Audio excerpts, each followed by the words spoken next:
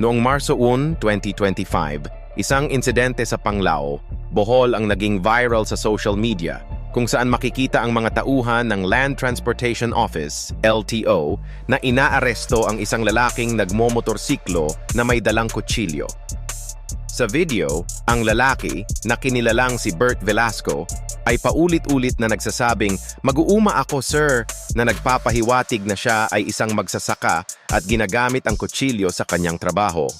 Bilang tugon sa insidente, agad na ipinag-utos ni Department of Transportation, DOTR, Secretary Vince Dizon ang preventive suspension ng lahat ng LTO personnel na sangkot sa pangyayari. Ang suspension ay mananatili habang isinasagawa ang masusing at walang kinikilingang investigasyon sa insidente.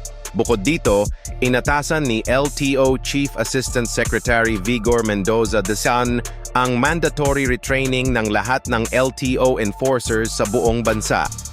Ang retraining ay magtutuon sa mga karapatang pantao at tamang pamamaraan sa pagpapatupad ng mga batas trapiko at regulasyon sa kaligtasan sa kalsada upang maiwasan ang mga kahalintulad na insidente sa hinaharap. Si Bohol Governor Aris Aumentado ay nagpahayag din ng pagkondena sa insidente. Tinawag itong isang pang-aabuso ng awtoridad. Humingi naman ng paumanhin ang LTO Central Visayas sa publiko kaugnay ng nangyari. Sa kasalukuyan, patuloy ang investigasyon sa insidente upang matukoy ang mga angkop na hakbang laban sa mga sangkot na enforcers.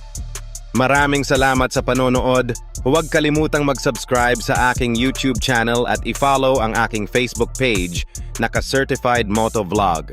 Dito, makikita ninyo ang mga exciting na adventures, tips sa pagmamaneho at iba pang mga kwento mula sa mundo ng motorsiklo. Ang inyong suporta ay napakahalaga sa akin, kaya't sama-sama tayong mag-explore sa mga susunod na episodes. Abangan ang mga bagong content at see you sa susunod na vlog.